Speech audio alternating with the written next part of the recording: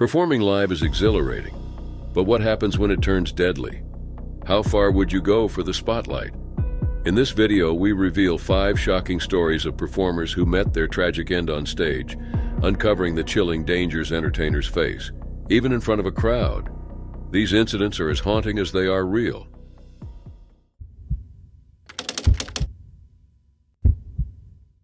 It was July 13, 2024, in Salinopolis, Para, Brazil. Aires Sasaki, a 35-year-old rock singer, was performing at the Solar Hotel.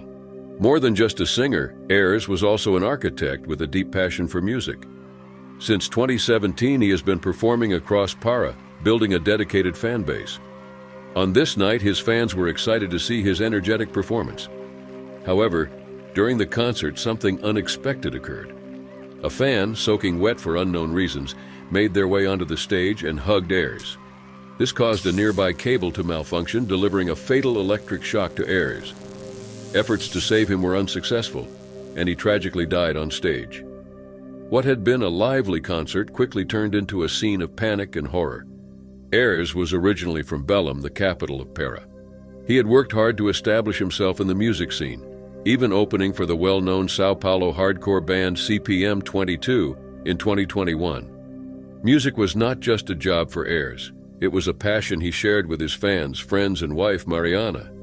The couple had been married for only 11 months before his sudden death. Mariana, a nurse, had always been a strong support for Aires. He often shared posts about their relationship on social media. In October of the previous year, Aires posted a wedding video montage, captioning it with, "Eternity awaits us, my love." This message now stands as a bittersweet reminder of their short time together. Following the incident, the local police in Salinopolis, along with the civil police of Para, launched an investigation to understand what exactly led to Aires' death. Although the cause of death was clear, electrocution, the circumstances involving the wet fan on stage remain unclear. Witnesses gave statements, and experts were called to examine the scene. The Solar Hotel, where the tragic event occurred, issued a statement the day after Aires' death. They expressed their deep regret and pledged to support Aires' family fully. The hotel also promised to cooperate with authorities to uncover the incident's details. Aires' death shocked the Brazilian music community. Tributes poured in from fans, friends, and fellow musicians. Adriano Freitas, a close friend and singer, described Aires as a super charismatic guy with remarkable talent. Freitas recalled how Aires was loved for his long performances, even once playing for 12 hours straight at a private concert because fans asked for more. Comedian Nato Almeida, who had shared the stage with Aires, recalled him for his kindness and talent. Almeida remarked, "Aires will be remembered for his incredible stage presence and genuinely good heart. He was always polite and positively impacted everyone fortunate to know him." Filmmaker Rafael Macedo posted a heartfelt tribute on Instagram, reminiscing about their college days and the countless memories they shared. "It's still hard to believe," Macedo wrote.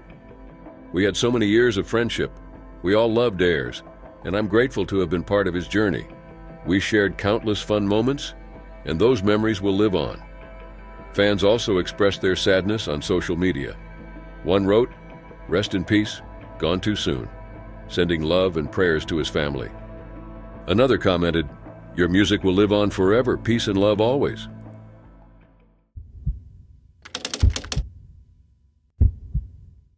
September 1st, 2019, in Las Berlanas, Sevilla, Spain. Joana Sainz Garcia, a 30-year-old dancer, singer, and choreographer, performed at a local festival with the Super Hollywood Orchestra. Known for her energy and dedication to dance, Joana was a key member of her group. The festival was held about 80 miles from Madrid and was a big event. Around 1,000 people gathered to watch the closing act.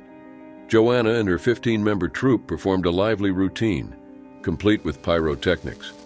These spark-producing devices were meant to add dramatic flair to the show, something the group was known for.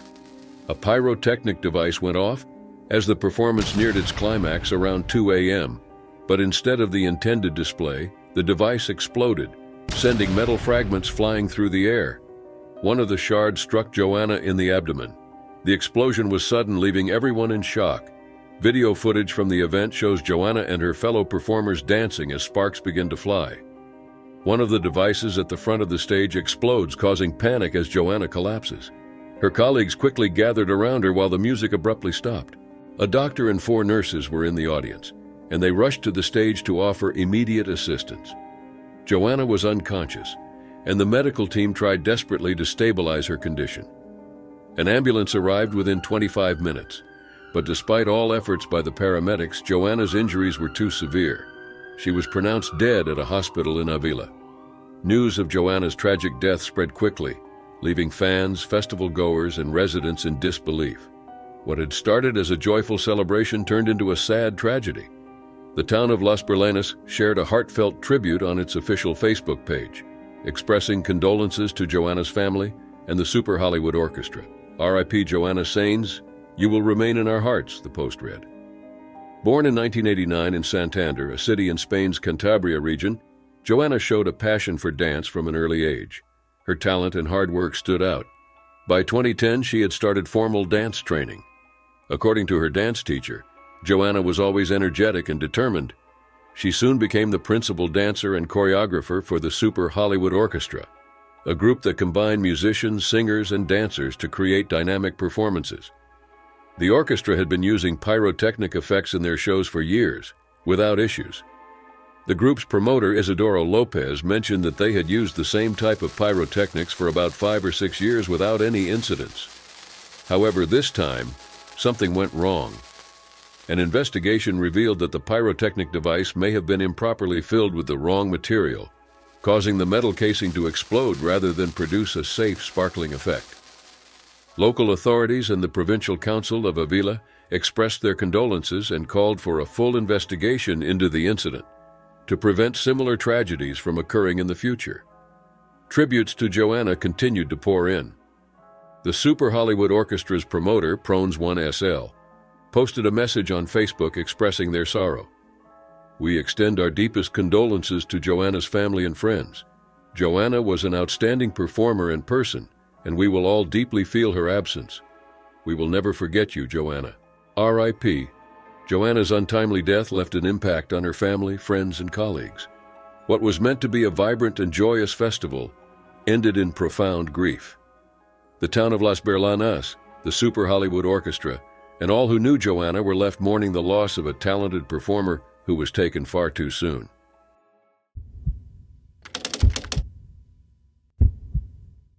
It was April 17, 1987, at the University of California, San Diego.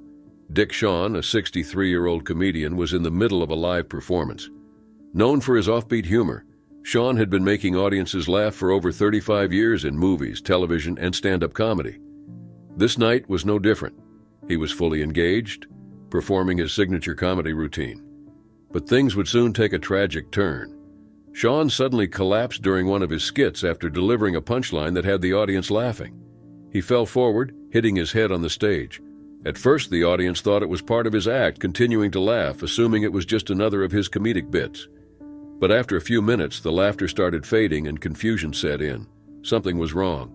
A stagehand came out to check on him, shaking him to wake him up, but Shawn remained motionless. By this time, the audience began to realize that this wasn't part of the show. Someone called for a doctor, and one from the audience rushed on stage to help. Despite the immediate efforts, it had already been too long. Paramedics arrived and managed to get a faint pulse, rushing Shawn to Scripps Memorial Hospital. Sadly, despite their best attempts, he was pronounced dead at 9:55 p.m. The cause of death was later determined to be a heart attack. Born Richard Schulafand on December 1, 1923 in Buffalo, New York, Shawn didn't start in the spotlight. He grew up in Lackawanna, where his family owned a clothing store. He focused on sports during high school and eventually earned a contract with the Chicago White Sox. But before he could play for them, he was drafted into the Army during World War II. While in the service, he discovered his talent for comedy, performing in United Service Organizations, USO, shows to entertain the troops. After the war, he attended the University of Miami, where a college talent show win brought him to New York. Although he didn't win big at his first television appearance on Arthur Godfrey Talent Scouts, it convinced him to stay in New York and pursue comedy. He started performing in nightclubs, eventually noticed by director Harry Wagstaff Gribble, landing his first professional role in a play. His work in vaudeville and nightclubs made him a popular figure, and soon he appeared on TV shows like The Ed Sullivan Show and The Tonight Show. By 1955, Shawn made $1,500 a week, performing in New York's Palace Theater alongside Betty Hutton. His rising success on stage led to more movie roles, where he played eccentric, unforgettable characters. One of his most well-known performances was in Mel Brooks's classic film, The Producers, where he portrayed a hippie actor playing Hitler in a comedy. The film's unexpected success showcased Shawn's ability to mix satire with humor, makes him a fan favorite. Shawn also made his mark on Broadway, appearing in productions such as The Egg and A Funny Thing Happened on the Way to the Forum. Despite his popularity, Shawn's style of humor wasn't for everyone. He often poked fun at celebrities, including Frank Sinatra and his Rat Pack. Some thought his jokes about stars like Dean Martin and Sammy Davis Jr. were too harsh. Still, Shawn didn't shy away from controversial material, believing that if he worried about offending people, he wouldn't be able to perform. Shawn's eccentric and countercultural humor set him apart from other comedians. He was known for his unpredictable one-person stage shows, which included a mix of comedy, sketches, music, and even pantomime. His performances often had a surreal edge, with one of his famous shows titled The Second Greatest Entertainer in the World. During his shows, he would sometimes lie still on stage during intermissions, adding a strange but memorable twist to his performances. On that tragic night in 1987, Dick Shawn's life was cut short while doing what he loved most, entertaining an audience. His sudden passing was a shock to fans and a heartbreaking reminder of life's unpredictability. His 4 children from a previous marriage survived him, leaving a legacy of laughter and unforgettable performances.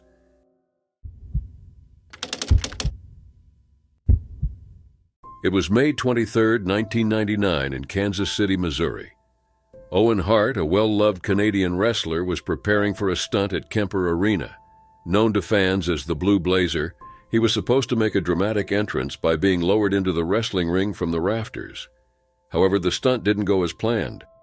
Owen Hart was born in a wrestling family on May 7, 1965, the youngest of 12 children. His parents, Stu and Helen Hart, were known for running Stampede Wrestling, a famous wrestling promotion. Growing up in this environment, Owen, like many of his siblings, took to wrestling and quickly rose to fame, becoming one of the best wrestlers of his time. Although wrestling was a huge part of his life, Owen was also dedicated to his family. He married Martha, and they had 2 children, Ohei and Athena. He had plans to retire early from wrestling, save money, and spend more time with his family. At the age of 34, the wrestling world was left in shock. The following night, WWE aired a Raw is War tribute episode. Instead of the usual energetic atmosphere, the show featured a solemn 10-bell salute with the entire roster standing in Owen's honor. WWE announcer Jim Ross addressed the audience, sharing memories of Owen and paying respects. Owen's death was an unimaginable loss for his family. His wife Martha was left to care for their 2 children. The month of May, which included Owen's birthday and the anniversary of his passing, became a difficult time for Martha, who described it as a painful reminder of her loss. In the years following, Martha channeled her grief into action. In November 2000, she settled a lawsuit against WWE and Vince McMahon for $18 million, using the funds to create the Owen Hart Foundation, or OHF. The foundation was designed to assist needy families, offering homeownership programs, scholarships, and other support. Over time, the foundation expanded its reach, partnering with groups like Amnesty International and providing foreign aid to countries like Nepal and Ukraine. The OHF allowed Martha to turn Owen's death into something positive. She believed that by helping others in his name, Owen's legacy would live on. The foundation's charity events have been successful, with big names like Jerry Seinfeld, Ringo Starr, and Robin Williams participating. Martha also pursued her career, earning a PhD in social and developmental psychology from the University of Cambridge. She works at Alberta Children's Hospital, helping parents deal with poverty and mental health issues. Owen's children have grown up to achieve great things as well. Ohei, now 32, speaks 5 languages and is finishing a PhD in human rights law. Athena, 29, has studied journalism and veterinary assisting and is an animal rights activist living in Australia. Owen's legacy in wrestling remains strong. Fellow wrestler Chris Jericho, a former world champion, has cited Owen as a major influence and described him as a pioneer in combining wrestling styles from different countries. While Owen's wrestling career is less visible due to WWE's content ownership and Martha's refusal to collaborate with the company, his legacy found a new home in All Elite Wrestling, or AEW. AEW teamed up with Martha to create the Owen Hart Foundation Tournament and Owen Hart Cup, honoring Owen's memory with elimination tournaments and new merchandise, including an action figure and a spot in the AEW Fight Forever video game. Martha expressed her gratitude to AEW for genuinely respecting Owen's legacy. She was relieved to see her husband remembered not just as a wrestler, but as a great human being. In a tragic accident, Owen Hart's life was cut short, but his impact continues through the Owen Hart Foundation, which helps others and ensures his name is remembered for good.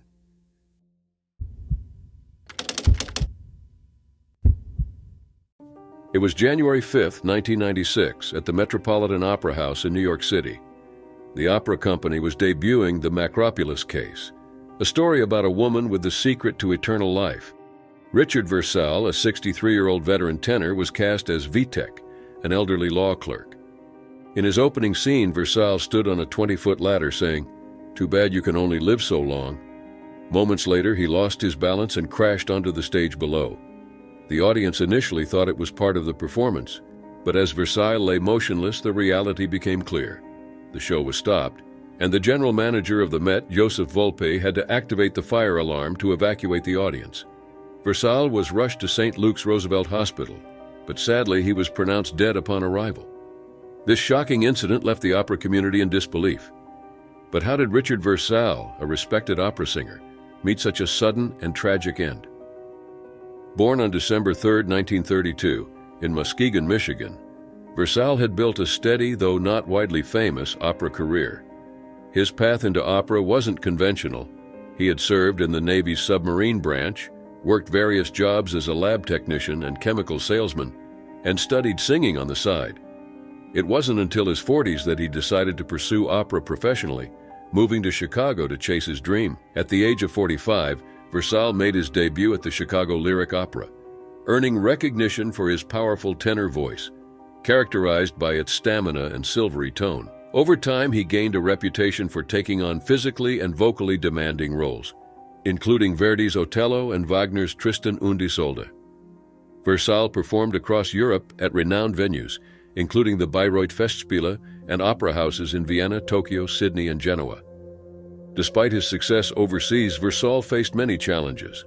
He went through a painful divorce and dealt with the heartbreaking loss of one of his children in 1991. However, he remained devoted to his craft and his family. In 1988, he remarried and settled in Hendersonville, North Carolina, with his second wife, Alexis Darden, and their daughter, Tess, who was only 11 years old when her father passed away. Versal worked hard to make a name for himself in the U.S. by 1995. His persistence paid off when he was cast in a lead role at the prestigious Metropolitan Opera.